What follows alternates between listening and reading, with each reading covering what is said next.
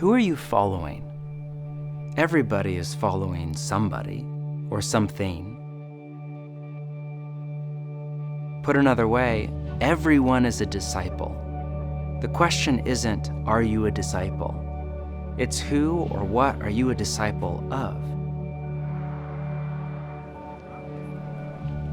2,000 years ago, a Hebrew rabbi by the name of Jesus made this invitation: come and follow me. He invited anyone and everyone to become his disciples or students in living. Over the last 2,000 years, millions of people have said yes to Jesus' invitation. It's changed not only their lives, but the course of human history, and it can do the same for you.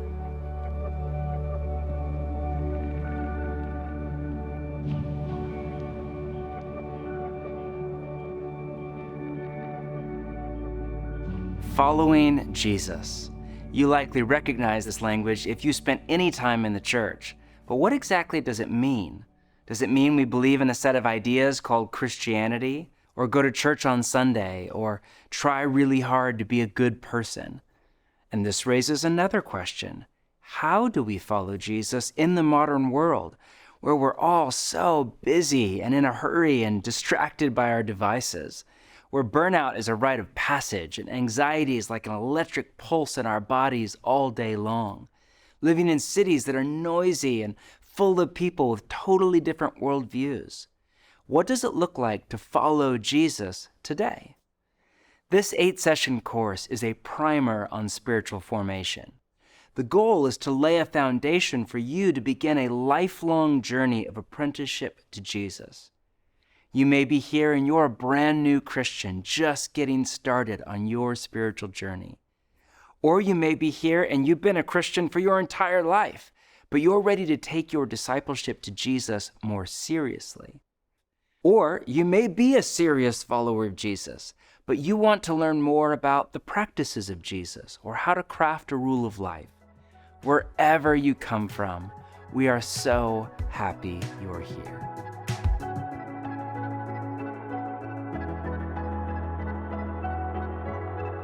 Hello everyone, I'm Yinka. I'm your host for this course alongside John Mark, and on behalf of all of us at Practice in the Way, welcome.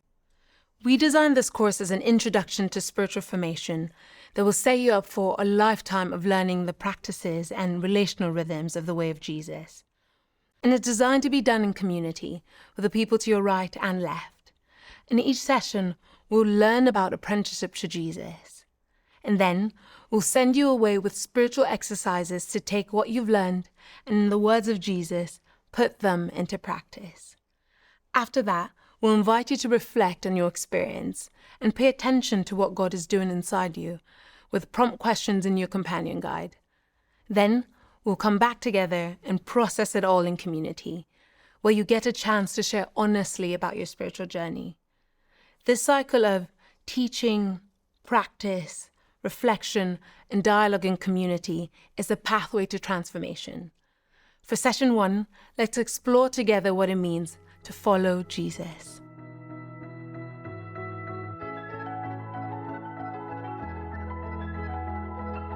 Let's circle back to the story of Jesus calling his first disciples.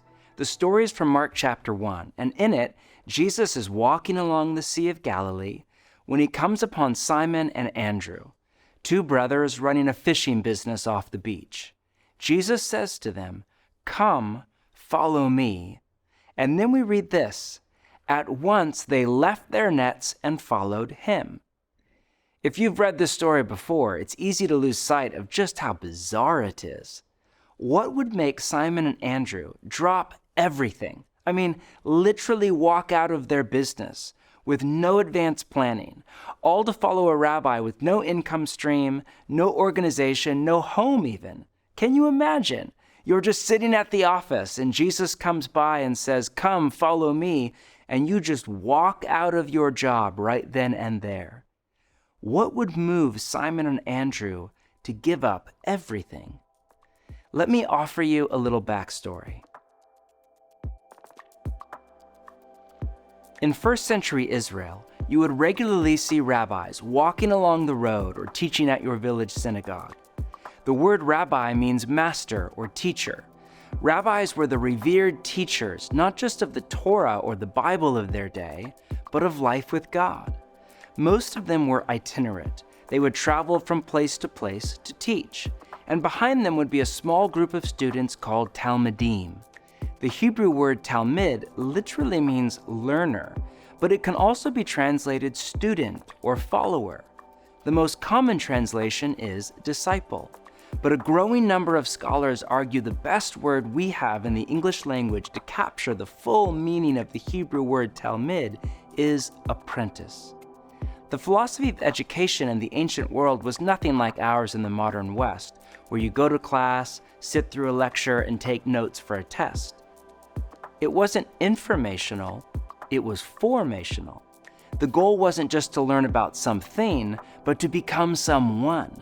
And discipleship, or apprenticeship, was the pinnacle of the first century Jewish educational system. Jewish kids started school around 5 years old at the Beit Sefer, or the House of the Book, which was the equivalent of elementary school. The primary textbook was the Bible, but it was an oral culture, and by the age of 12 or 13, most students would have memorized the entire Torah, the first 5 books of the Bible. At that point, the vast majority of students went home to apprentice in the family business or work the family farm. But the best of the best would go on to a second level of education called Beit Midrash, or the House of Learning, where they would continue their studies. It was built off the side of the synagogue and run by a full-time scribe or teacher. By the age of 17, they would have memorized the entire Old Testament. At this point, the vast majority were done. But the best of the best of the best would go on to apprentice under a rabbi. Let's say you were one of the lucky few who became an apprentice to a rabbi. From that point on, your entire life was organized around 3 driving goals. First, to be with your rabbi. You would leave your family and your village and follow your rabbi 24/7. Apprenticeship was deeply relational. You would walk behind your rabbi on the road, eat every meal with them, keep Sabbath together, be with them all day long. Secondly, to become like your rabbi. The heart and soul of apprenticeship was to be with your rabbi for the purpose of becoming like your rabbi. You would imitate their whole life, copy their mannerisms, adopt their figures of speech. You wanted to be like them. Finally, to do as your rabbi did. The goal of apprenticeship to a rabbi was to one day become a rabbi yourself. And if you made it through the long process of apprenticeship, then when your rabbi felt you were ready, he would turn to you and say something like, "Okay, I think it's time. Go and make disciples." This was what it meant to be a disciple. And this is still what it means to be a disciple. If you flip the Jewish model of apprenticeship around from the 1st century to the 21st, a clear picture of apprenticeship to Jesus comes into focus. To follow Jesus is to organize your life around the 3 driving goals of an apprentice. 1, to be with Jesus. 2, to become like Jesus. And 3, to do as he did. A short word on each. First, to be with Jesus. Jesus himself called his disciples to be with him.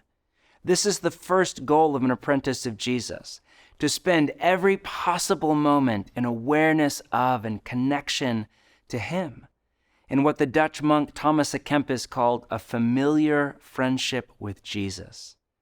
Jesus himself said to his apprentices, "I have called you friends." And through friendship with Jesus, we enter into the inner life of God himself, the Trinitarian community of love.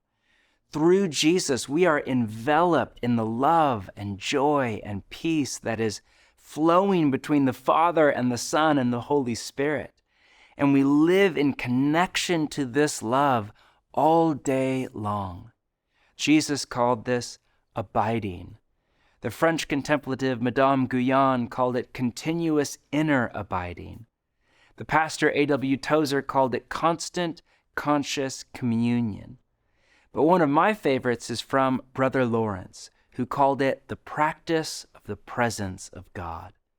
We can live this way in connection to Jesus, but it takes practice in turning our mind and heart to God all through the day. Dallas Willard, a teacher of spiritual formation, said this: "The first and most basic thing we can and must do is to keep God before our minds. This is the fundamental secret of caring for our souls. Our part in this practicing the presence of God is to direct and redirect our minds constantly to Him. In the early time of our practicing, we may well be challenged by our burdensome habits of dwelling on things less than God.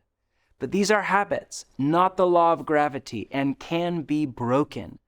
A new grace-filled habit will replace the former ones as we take intentional steps toward keeping God before us.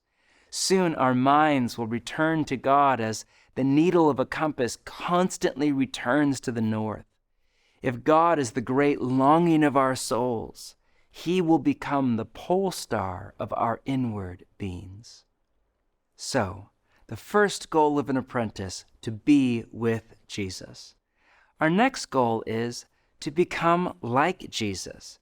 This is the bleeding heart of an apprentice, to be transformed from the inside out, to think like Jesus, feel like Jesus, talk like Jesus, live and love like Jesus.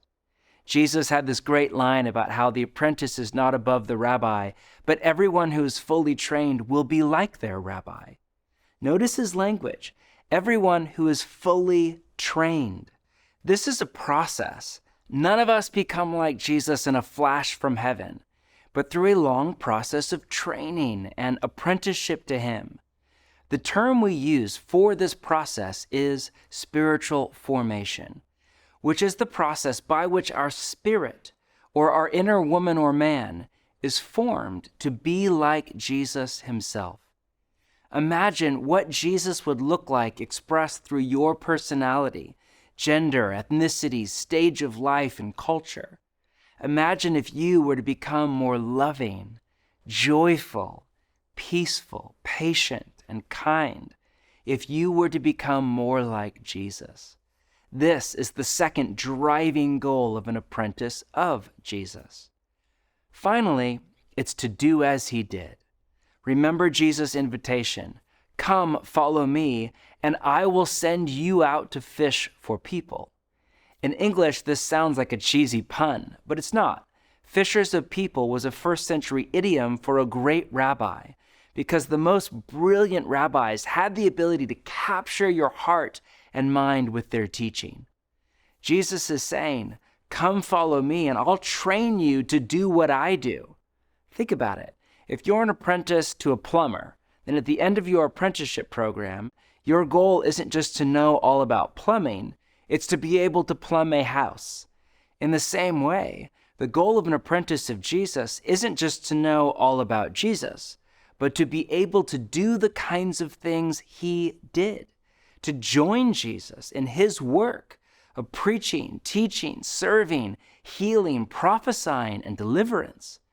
This may sound impossible to you, but as you are with Jesus and become like Him, you will naturally find yourself saying and doing the kinds of things He said and did. Be with Jesus, become like Jesus, do as He did. This is what we mean by practicing the way of Jesus. The first followers of Jesus called themselves the Way, or followers of the Way. The way of Jesus is not just a set of beliefs, a theology or philosophy of life, and it's not just a moral system, a list of do's and do-nots. It is that, but it's so much more. It's a way of life based on that of Jesus Himself. To apprentice under Jesus is to practice His way, and over a lifelong spiritual journey to be transformed.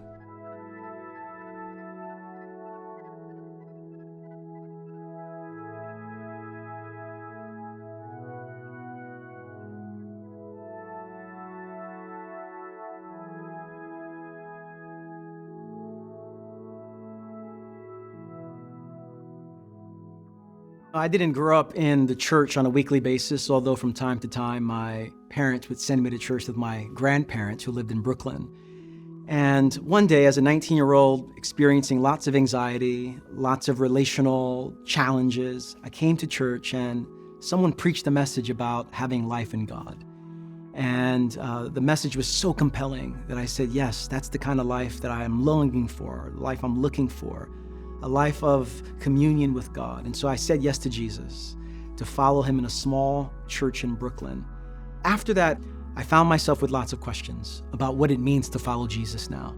I walked down the street to see my grandfather Marcus, who was a man who knew God in profound ways.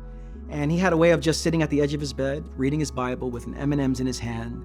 And I walked into his bedroom one day and said, "Grandpa, I've made a decision to follow Jesus."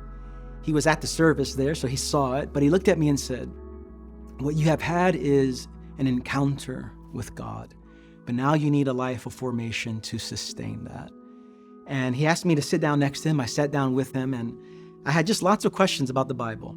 And for hours that day, which would lead into doing that for 4 to 5 times a week, 2 to 3 hours each time for 8 months before he died, we would pore over the scriptures. I would ask him questions about prayer, about studying the Bible, about journaling my prayers to God. And in those first 8 months, I met God in some significant ways in that one little relationship that I had in a small bedroom in Brooklyn. And that set me on a new trajectory, a fresh trajectory of what it means to follow Jesus, incorporating my entire life under his rule, under his reign. And at the time of this conversation here, it's been 25 years and quite a foundation to have.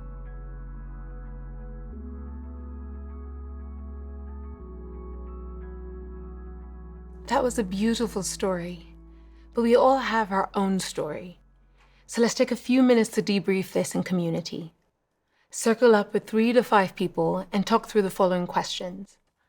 The first, what are you hoping Jesus will do in you through this course? Second, as you look back on your life, who or what has had the greatest impact on your spiritual journey thus far? This could be a parent or family member, a childhood experience, an opportunity, or a great loss. What is that for you? And third, what do you think is the driving aim of your life, your top goals and priorities? Please don't feel pressured to pretend or give the right answer. We want this to become a place where we share who we actually are without fear. Finally, how can we as a community pray for you over the next 7 weeks? Take 15 minutes to talk and pray, and then we'll return with our practice for week 1.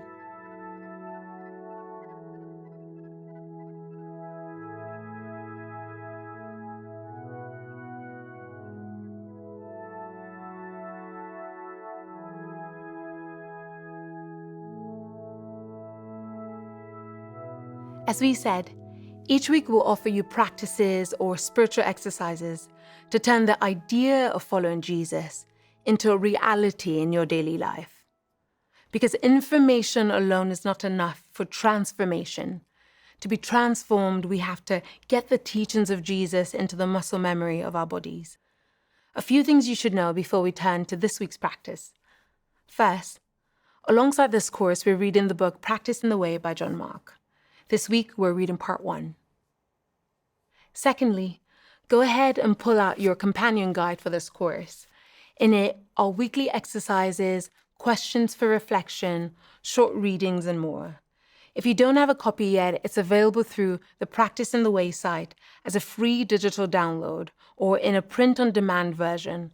But we recommend you order the hard copy to stay away from your phones during prayer.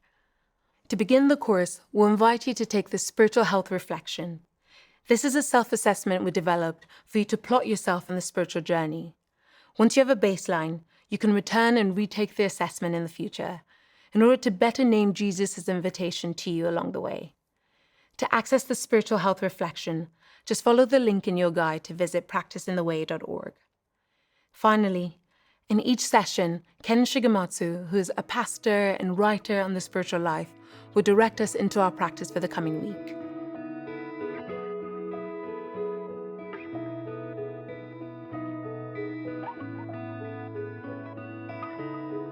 Thank you for joining us. It's such a gift to connect with you in this way.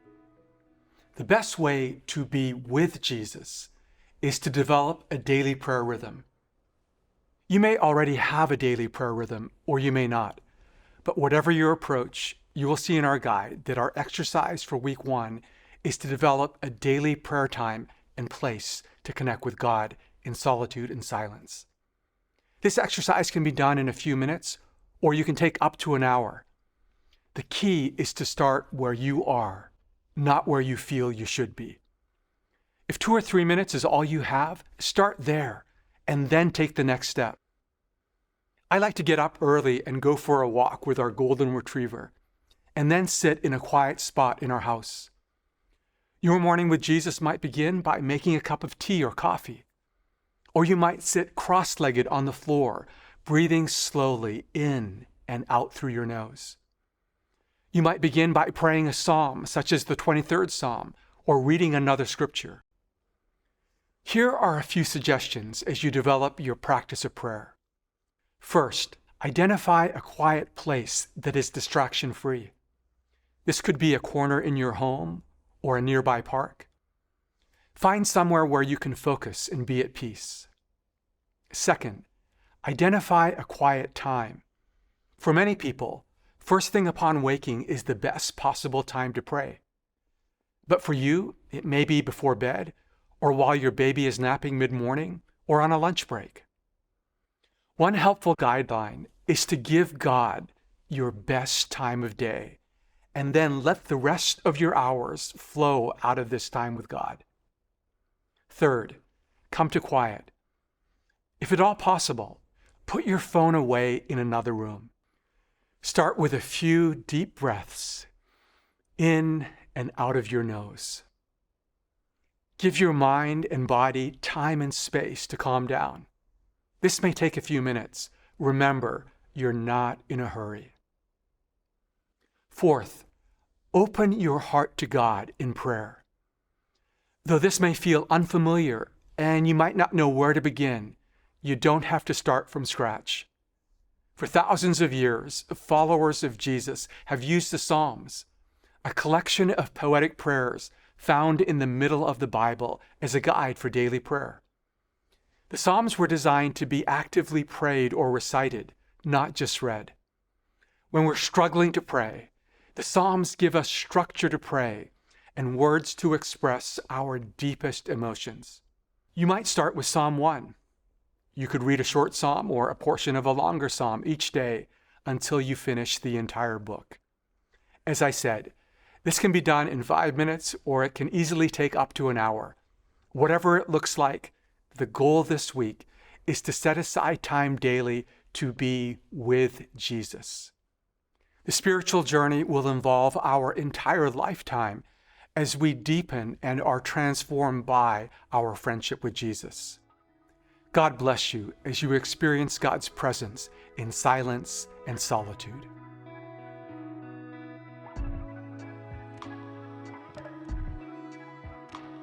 Let's review what we've covered in session 1. Following Jesus is based on the first century practice of rabbis and apprentices.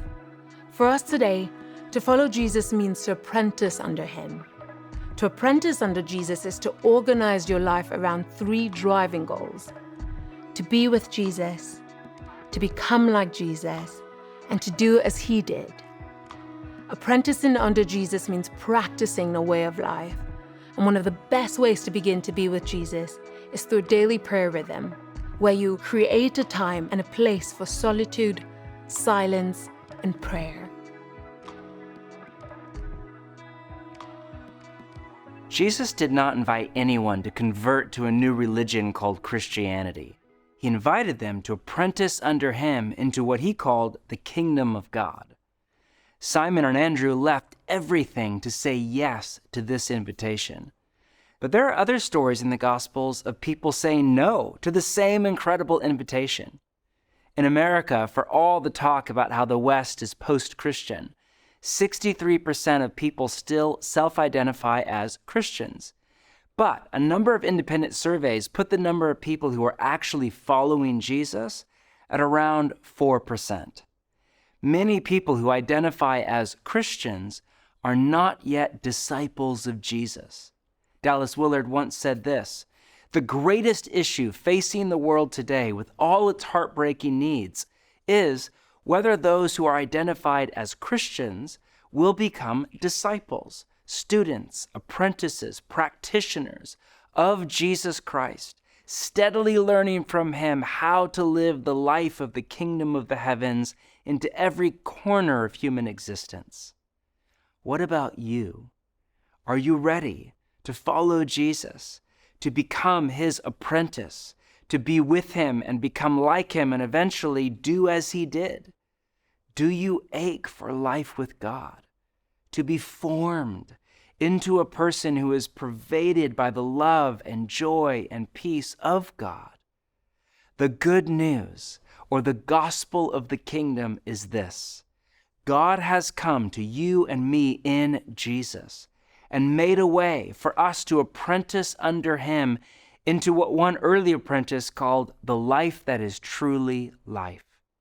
In Jesus, God has taken on our death to give us his life. He's taken on our brokenness so that we can take on his healing. He's entered our mortality so we can step into his immortality. All we have to do is say yes to Jesus' invitation to become his disciple. And Jesus said, "Whoever wants to be my disciple must deny themselves and take up their cross and follow me." Whoever, meaning you don't have to be the best of the best of the best to become an apprentice of Jesus. You can be a mess, or deeply wounded, or stuck in a cycle of addiction, or still full of doubt and not even sure what you believe yet. In other words, you can be human. All of us are invited to apprentice under Jesus.